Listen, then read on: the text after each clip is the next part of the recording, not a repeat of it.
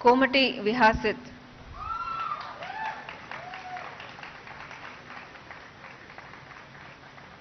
Pindi Tejasai,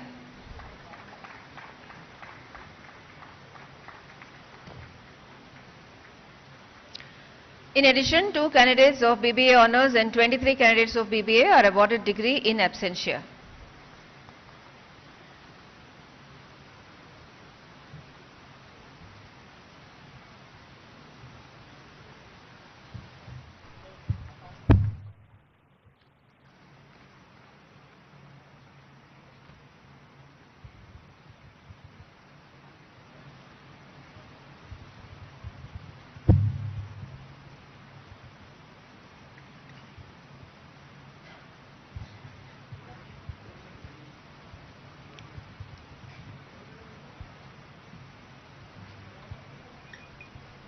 Honorable Sri Justice Bhushan Ramakrishna Gawai, sir, I have the honor to request you to kindly deliver the convocation address.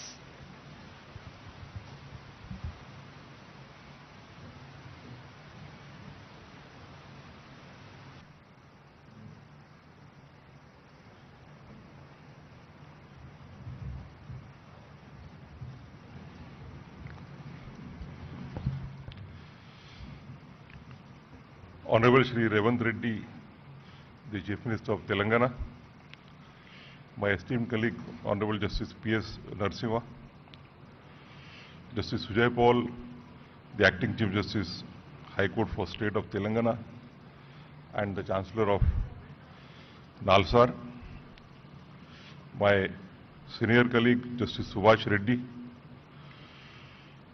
the Honorable Judges of the Telangana High Court, the former judges, Shri Sudarshan Reddy, the Advocate General for State of Telangana, Shri Narasimha Sharma, the Additional Solicitor General for India, the members of the various statutory bodies of the universities, respected parents, and above all, the dear graduating students. Thank you for inviting me to the 22nd Convocation of Nalsar University of Law, Hyderabad.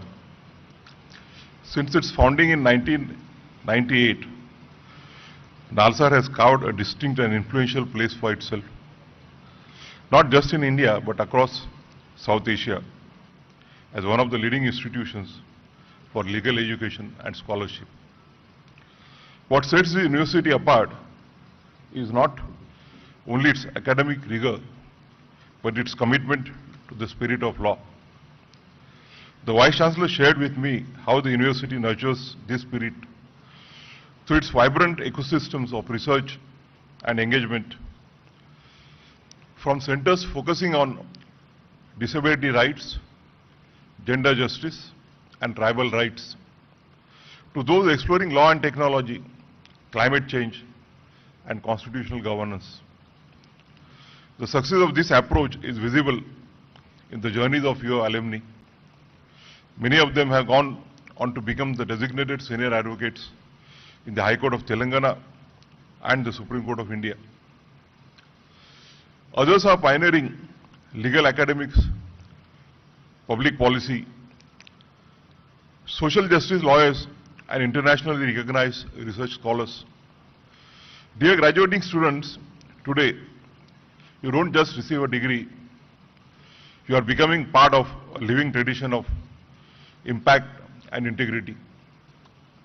This is a day of celebration, not just for you, but for your families, your teachers, and for the many people who have sacrifices and silent labors made your journey possible. I offer you my heartfelt congratulations. Convocations are supposed to be grand, full of wise words and best wishes. But today, allow me to offer something else. Not grand wisdom for the mountaintop, but a conversation. Let me share a few thoughts with realism and practicality. The legal profession is many things. it is noble, it is important, but it is never easy. Never. There is no straight path to the profession. There are no guaranteed returns. The profession demands that you constantly prove yourself to the court, to your clients, to your peers, and often to yourself.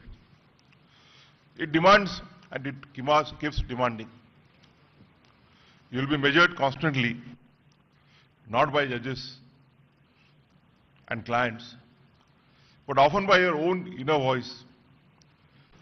You will question your path. You will be questioned. You will be overlooked. You will feel invisible. And yet, you will keep showing up. Because that's what law demands. Your presence, your persistence, your belief. In those moments, you will also find flashes of clarity, purpose, and meaning.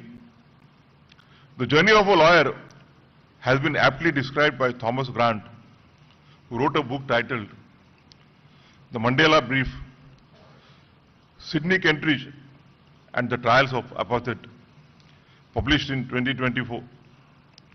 The book deals with the cases fought by Sidney Kentridge against apartheid in South Africa, including the treason trial of Nelson Mandela and the other leading members of the African National Congress.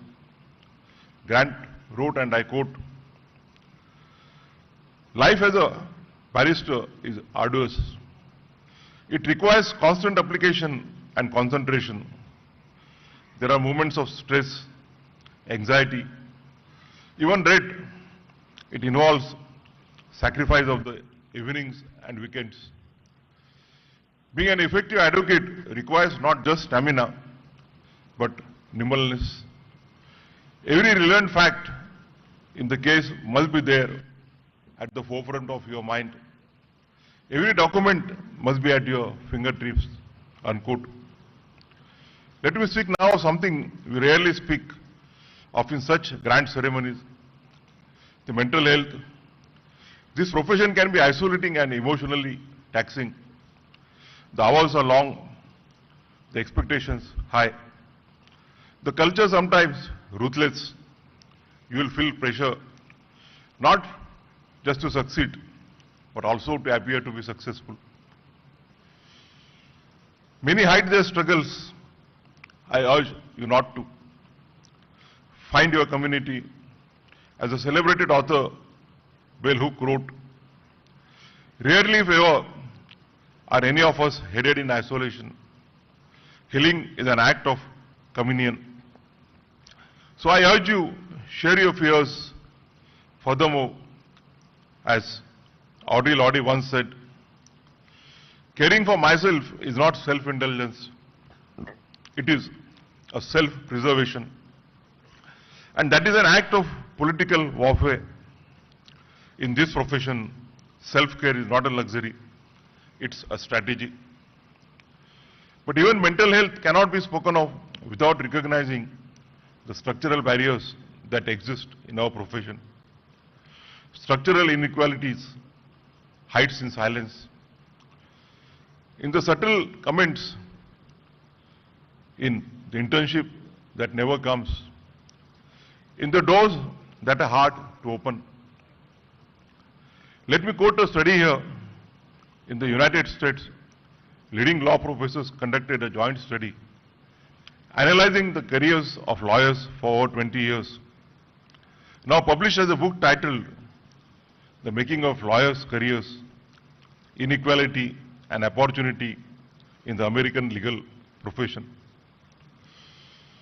It reveals, and I quote, "Where lawyers begin in practice is significantly influenced by law schools attended, and where lawyers begin their careers heavily shapes their later careers paths," unquote. This is also true of the current trade in India after the inception of globalization. A student from a national law school in a metro city may be seen as a better placed than one from a smaller university. Not necessarily because of skill, but because of perception. This is unfair, but it is real. We need to confront it, not to accept it. As Macaulay Gladwell reminds us, who we are cannot be separated from where we are from. And yet, the profession often tries to separate the two. But two things can keep young students from any college on a forward path in this struggle. The first is being grounded in the basics of law and being consistent in learning. Many of you will enter litigation, others academia, or civil society. Wherever you go, remember this. There is no shortcut to knowing the law. There is no alternative to knowing the basics as well. The Constitution, the Contract Act, the Code of Civil Procedure, the criminal law, and the other core subjects are not optional subjects. They are your daily bread. They are what allow you to argue with clarity, to advise with confidence, to teach with conviction, and to serve with integrity. At the same time, the law is changing fast with new emerging areas like artificial intelligence and data privacy. Of course, be cognizant of these latest developments, but keep your foundation strong. Because in the legal profession, the strongest minds are not those that chase every trend, but those who can explain a fundamental concept with clarity, precision, and insight, even years after law school. You don't need to be everywhere. You need to be solid where you are. Have faith in yourself, as Martin Luther King Jr. said, and I quote, "Faith is taking the first step even when you don't see the whole staircase." The second thing to be kept in mind is mentorship, to learn from the experience of others who have been there before you. As a profession, as demanding as the law, mentorship can be a game changer. Not everything can be found in books or judgments. Some lessons are passed on in conversation, in encouragement, in the gentle correction of the first draft, or in the reassurance after a difficult day in a court. Let me say this with honesty. I'm here today not just because I worked hard. Yes, efforts mattered, but so did the fact that someone opened a door for me. Someone saw something in me before I could see it in myself. That act of belief, of support, of sharing wisdom changed my life. And so, I appeal to all the seniors in this room, the lawyers, judges, professors, be that person. Be the one who writes a recommendation, who explains a case, who tells a young graduate that they belong even when the room says otherwise. Mentorship is not a favor, it is a responsibility. And to the graduates, seek mentors not for their power, but for their integrity. And one day, become mentors yourself. That is how we build not just careers, but a community of care within the profession. One that uplifts, not one that intimidates. Let me now speak of a sensitive subject. The pressure to pursue a master's degree abroad. It has become a prestige symbol, a brand, a passport to validation. If you wish to go, it broadens your horizons. It teaches you how the world thinks. But please, go with a scholarship and funding. Go with a purpose, not a pressure. I see young graduates or lawyers taking loans of 50 to 70 lakhs for this. Do not put yourself or your family under the burden of loans amounting to 50-70 lakhs just for a foreign degree. A foreign degree alone is not a stamp of your worth. Don't take this decision in a reflex of thought or under your peer pressure. What happens next? Years of debt, anxiety, career decisions made under financial burden. Do not mistake urgency for progress. 50-70 lakhs is a big amount. In fact, a small portion of it can be used as an investment to start your independent practice or build a chamber. And later when you are stable, you can go abroad for studies. There is no age bar to learn. Go abroad not to escape, but to expand. As Khalil Gibran once wrote, work is love made visible. So love your work enough to build it before you brand it. I also feel that this growing trend of going abroad also reflects a structural issue. It signals a lack of confidence in the state of postgraduate legal education and research in our country. We must ask, why do so many feel that they have to cross oceans to fight intellectual stimulation, academic mentorship, or a meaningful platform for their research? Furthermore, it is not that talent does not want to return. Many who study abroad come back with renewed passion and fresh perspectives, but when they return, they often find our institutions unwelcoming, under-resourced, or close to new ideas. There are few structured pathways for post-doctoral research, limited funding for early career scholarships, and opaque hiring processes that discourage even the most committed. This must change if we want to keep our best minds. Or bring them back, we must build nurturing academic environments, offer transparent and merit-based opportunities, and most importantly, restore dignity and purpose to legal research and training in India. It is not just enough to celebrate India's legal legacy. We must invest in its future. And that future depends on how we treat our researchers, our young faculty and lawyers, our returning scholars. We need to invest not only in institutions, but in imagination.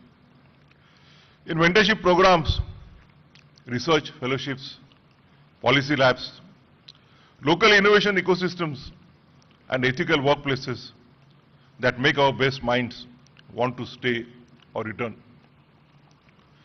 This is also important because our country and our legal system are facing unique challenges. Delays in trials can sometimes go for decades. We have seen cases where someone has been found innocent. After spending years in jail as an under trial, our best talent can help us resolve the problems that we are facing. To borrow the words of J.S. a senior federal district judge in the United States, from his book, Why the Innocent Plead Guilty and the Guilty Go Free, and other paradoxes of our broken legal system. Even though I conclude that our legal system is in bad need of fixing, I remain cautiously optimistic that my fellow citizens will rise to the challenges. Before I conclude, let me offer you my final words of advice, not as a chief guest, but as a guardian. Never ignore the 5 things in life: friends, family, books, hobbies, health, and imagination. Friends and family are your anchor. They support you even in the darkest of times, often without asking for anything in return. When ambition tires you out or the world turns indifferent, it is they who remind you who you are. Books are not just sources of knowledge. They are mirrors and windows. They teach you to think. But more importantly, they teach you to feel and to remain humble.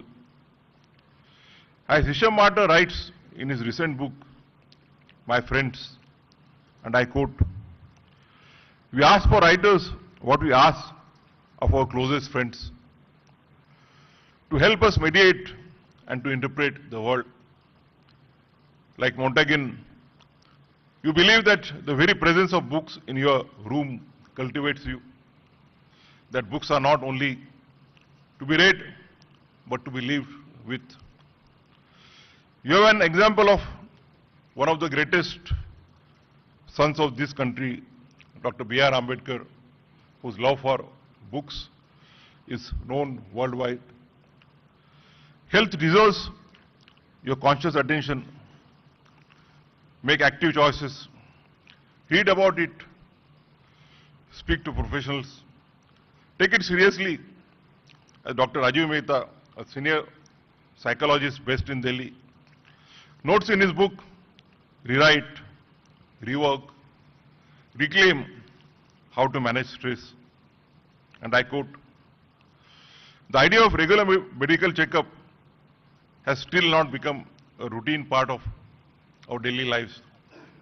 We often go to the doctor only when a problem crops up, which leads to unpleasant consequences at times." Unquote. Prevention is not a luxury. It is a responsibility to yourself and those who care for you. To those who are quiet, introverted, or anxious, I see you. The legal profession often feels loud, but strength is not always measured in decibels. It lies in clarity, in insight, in depth. As Susan Cain reminds us in a book titled Quiet, and I quote, "Spend your free time the way you like, not the way you think you're supposed to." There is no single mold for what a lawyer should be. Make room for your own rhythm. There is enough space in this profession for many ways of being. There is also a room for imagination in law.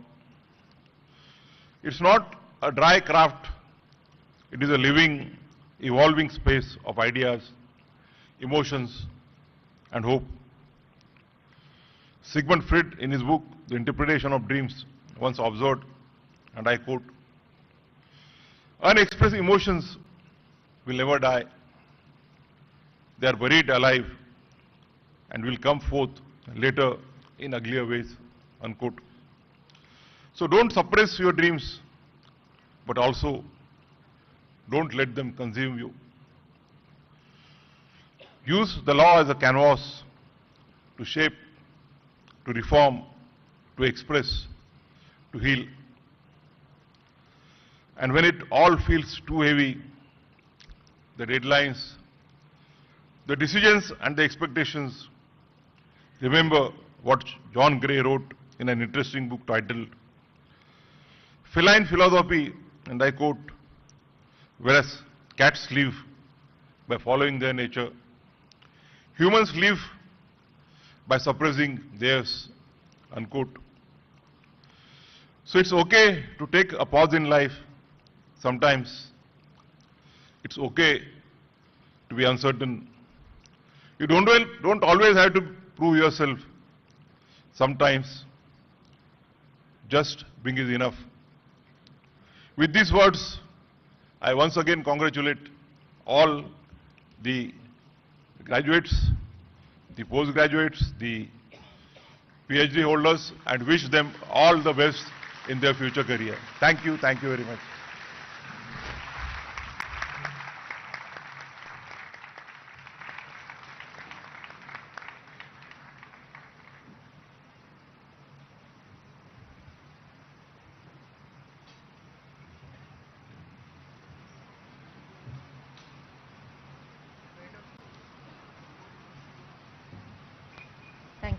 Thank you, sir, for your very inspiring words. May I now request you, our chief guest, the Honorable Sri Justice Bhushan Ramakrishna Gawai, to award gold medals to our LLM students.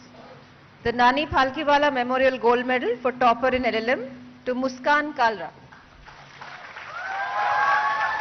She has 2 gold medals. The second one is the Musunuri Venkataramaya Memorial Gold Medal for the topper in research methods and legal writing instituted by the Musunuri Development Foundation, Hyderabad.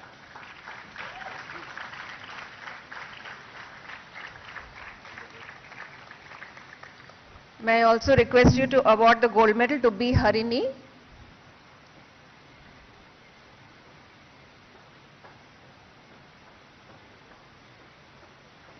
B. Harini, who is receiving the Sri Narasimha Reddy Dontireddy Memorial Gold Medal for LLM student with higher CGPA in Intellectual Property Law instituted by Dr. Venkat Reddy Dontireddy.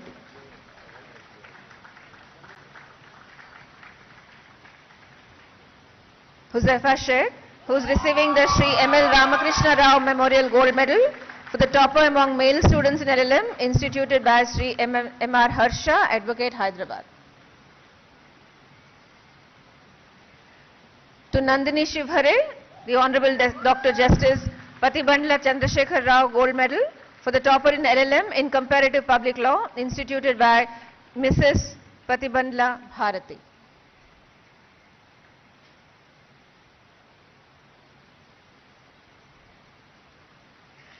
Muskan Alvi is receiving the University Gold Medal for the topper in MBA instituted by the university.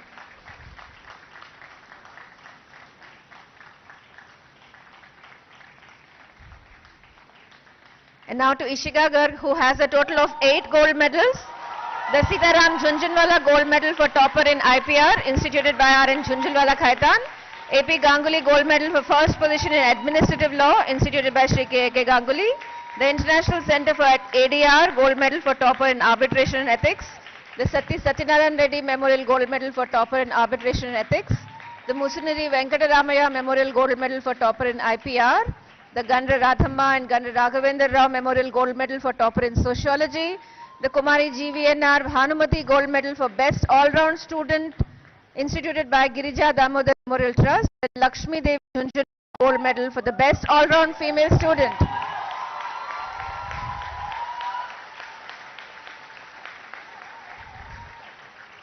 Khandekar Sukrut Shailendra is receiving 7 gold medals. The gold medal for topper in English instituted by My Home Cement. The Agri Gold Estates and Entertainments Private Limited Gold Medal for Best Male Student. The Srimati Sumeshwari and Pandey Gold Medal for topper in Evidence and Contract. The Rakesh Kumar Agarwal Memorial Gold Medal for the first position in the annual examinations. The Rai Bahadur Naurang Rai Khaitan Memorial Gold Medal for obtaining the first rank in the final exams. The Honorable Shri Umesh Chandra Banerjee Gold Medal for the most outstanding student of a batch with the most consistent overall academics, excellence in academics and extracurricular. And the Shri Pavani Sheshaya Memorial Gold Medal for the best students for overall excellence instituted by Shri P.P. Rao, Senior Advocate, Supreme Court of India, New Delhi. I now request the Honorable Chief Minister, Shri A.Revanth Reddy, to award the gold medals to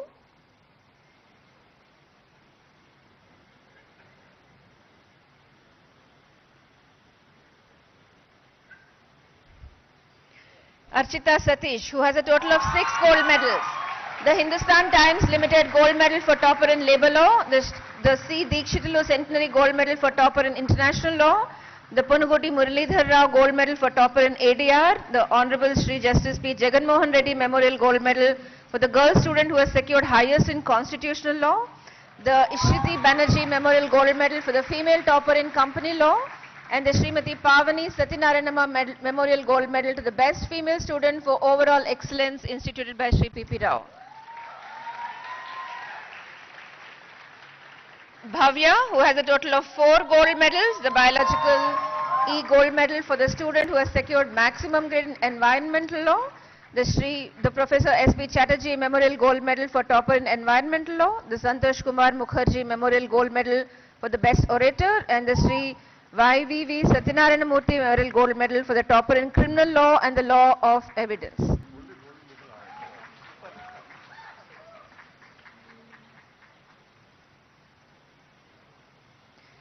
Tejasvi Baban Patil, a total of 3 gold medals. Sri Pavani Sarveshwar Rao Memorial Gold Medal for the Best Student in Law of Contracts. Sri Ashitendra Nath Mitra Memorial Gold Medal for the Best Student in Law of Contracts 2. Srimati B. Ratna Reddy and Honorable Sri Justice Sudarshan Reddy Gold Medal for the topper in Property Law and the Law of Contract, instituted by Sri B. Vijaysen Reddy, Advocate, Hyderabad. Shruti Avinash has a total of 3 gold medals. The M. Rajendra Reddy Gold Medal for student who has secured highest mark in Law of Torts. Srimati Banda Ishwarama Memorial Gold Medal for the topper in History. And Dinanath Dhananya Gold Medal for the topper in Family Law.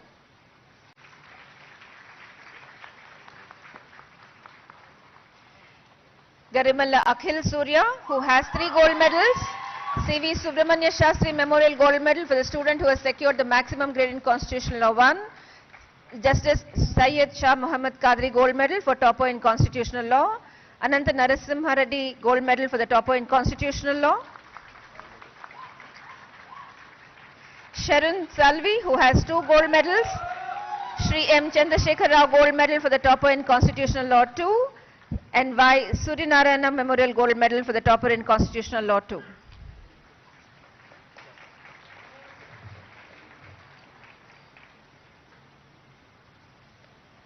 I now request Honorable Sri Justice P.S. Narasimha, Judge, Supreme Court of India, to award the gold medals to Shreyam Sharma,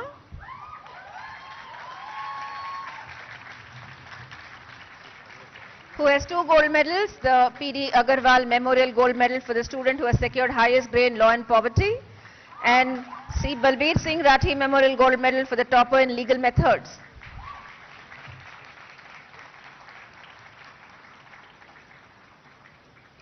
Sanvi Bhatia, who has 2 gold medals, Avan Excess Gold Medal for the student who has secured highest grade in Political Science and International Relations. Deepak Negi Memorial Gold Medal for the topper in Banking and Finance.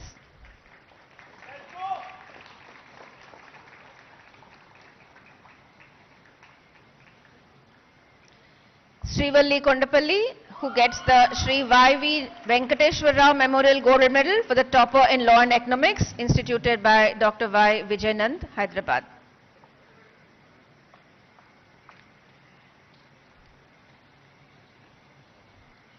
Arivasagan MBK gets the Samyak Annapurnar Gold Medal for the President of the SBC, instituted by Siddharth Annapur Reddy, USA.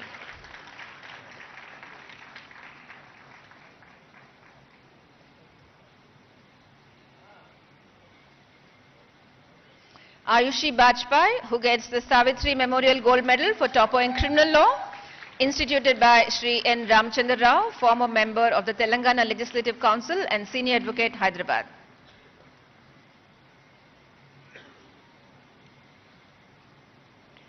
I request our Chancellor, Honorable Sri Justice Sujay Paul, to award gold medals to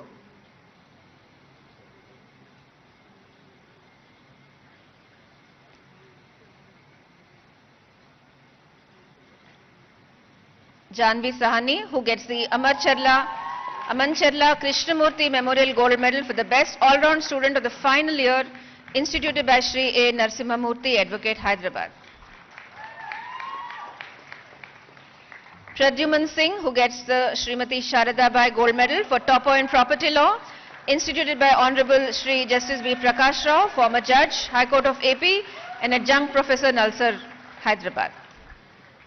Shamik Datta, who gets the Dattla Jhunjhunwala Gold Medal for the Best All-Round Male Student, instituted by Sri R.N. Jhunjhunwala, Khaitan & Co., Advocates and Notaries, Kolkata. Vishnu Bandarupalli, who gets the C. Purnaya Gold Medal for the Best Student in CPC and Law of Limitation, instituted by Honorable Sri Justice N. Ram Mohan Rao, former Judge, High Court of Judicature at Hyderabad.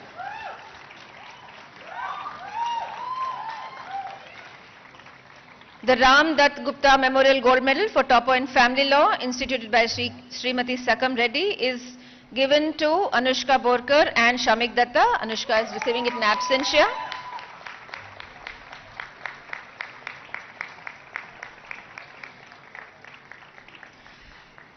Shreyam Sharma and Khandekar Sukrut Shailendra are sharing the Sri Venkateshwara Sukriti Setu Gold Medal with the student who has secured maximum grade in taxation instituted by Sri Pradeep K. Khaitan & Co. Advocates and Notaries, Kolkata.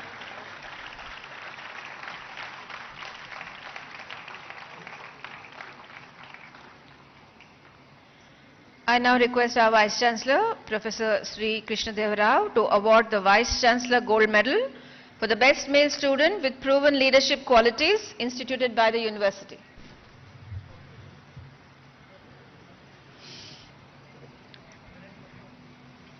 The best female graduate with proven leadership, Tanu Ranjan Gavankar.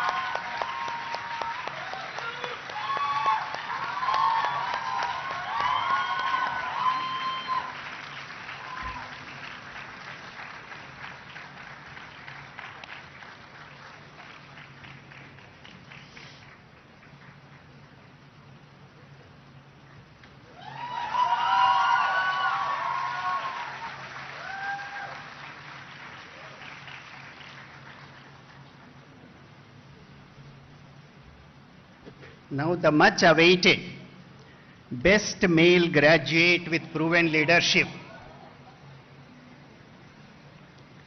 Yash Agrawal.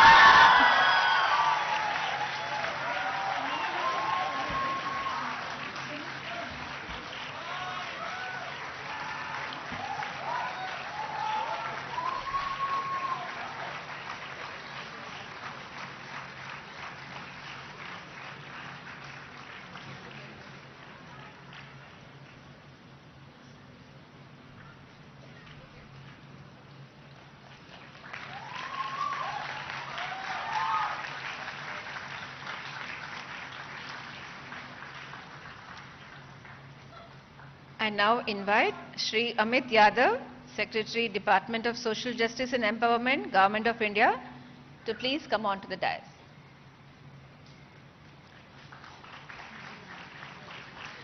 I request our Chief Guest, Honorable Sri Justice Bhushan Ramakrishna Gawai, Chief Justice of India, to release the handbook on prevention of atrocities against scheduled castes and scheduled tribes, and a brochure on ensuring justice for scheduled castes and scheduled tribes, law in a nutshell, and posters prepared by the Department of Social Justice and Empowerment, Government of India, along with Nalsar.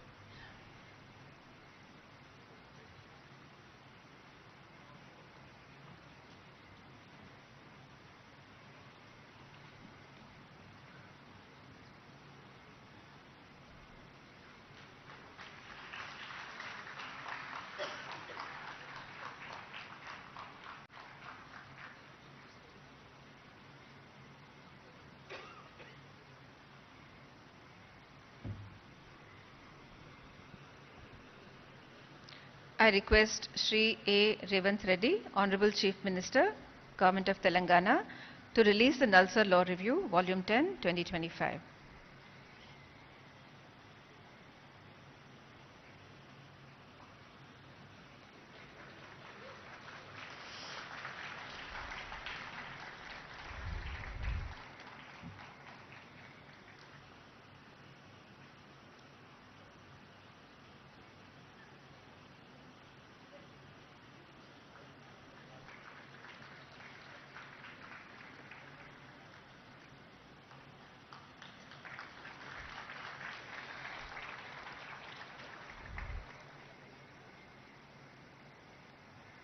I request Honorable Sri Justice P.S. Narasimha, Judge Supreme Court of India, to release the handbook on comparative study of new and old criminal laws with the perspective of children, prepared by Nalsar in collaboration with CRI.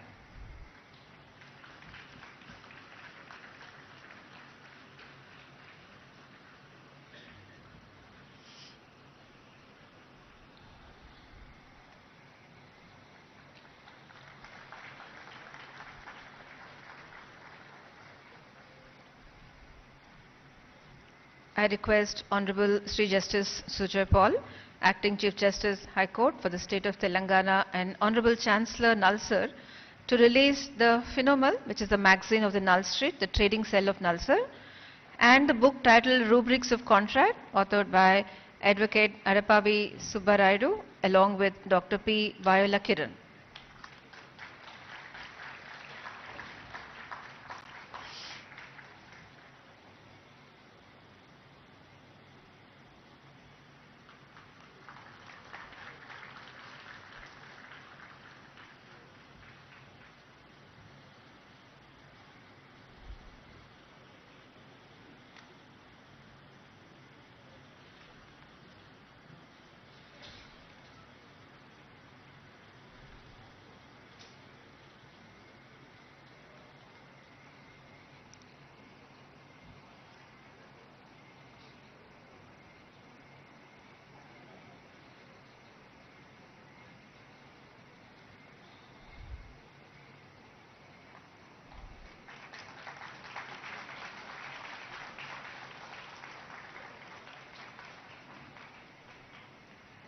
I request our Chief Guest, Honorable Sri Justice Bhushan Ramakrishna Gawai, to award the Nalsar's Excellence in Research Awards to faculty members for their exemplary research work.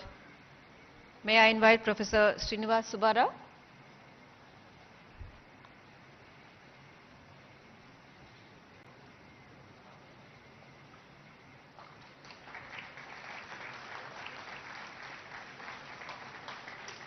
Dr. Ishita Das,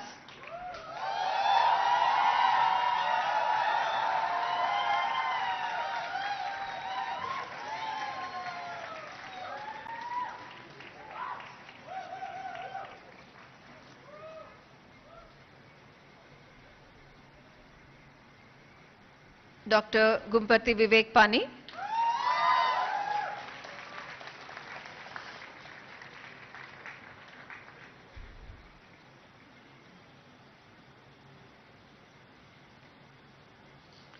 Dr. Binod Kumar Raja,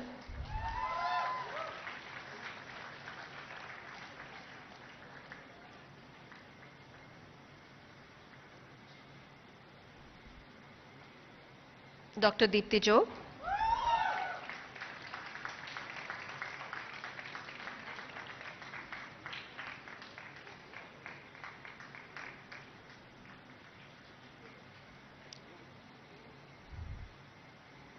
Ms. Akansha Singh,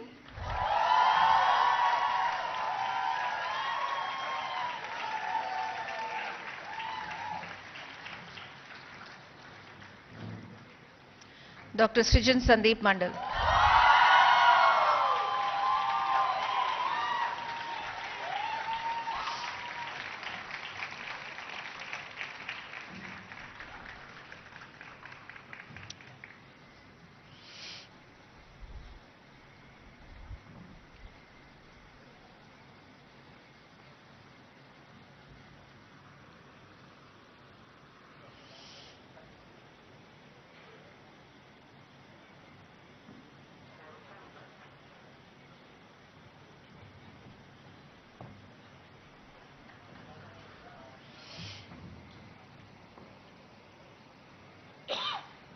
Honorable Chancellor, sir, I request you to dissolve the convocation. May I request everyone to please rise for the national anthem.